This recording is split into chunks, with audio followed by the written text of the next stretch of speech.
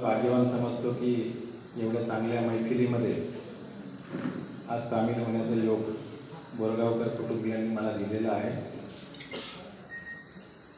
साधारणतः 1950 मध्ये सरस्वती संगीत विद्यालयाची स्थापना श्री बाबाजी बोरगावकर यांनी केली आणि तेव्हापासून जवळपास 5वी पिढी आहे संगीत क्षेत्राची या शहरामध्ये सेवा करते आहे। बाबाजी बोरगावकर यांच्यानंतर कमलाकरजी बोरगावकर,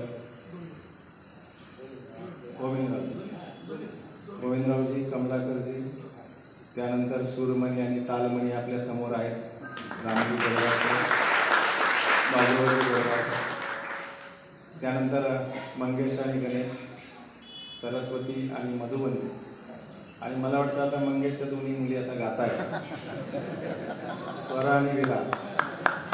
तर ही 5वी पिढी या क्षेत्राची सेवा करते आहे। आपल्या सगळ्यांच्यासाठी खूप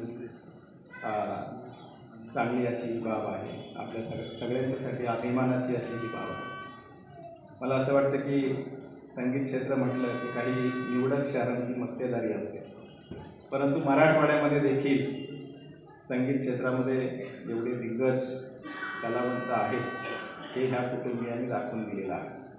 मी आधी काही न बोलता, कारण भाषणाने मी आपलं मनोरंजन करू शकणार नाही, मी जास्त आपल्यामध्ये राहू इच्छित नाही। या कार्यक्रमाच्या निमित्ताने या कुटुंबियाला पुढील वाटचालीसाठी मी हार्दिक अशा शुभेच्छा देतो आणि या ठिकाणी थांबतो। जय हिंद।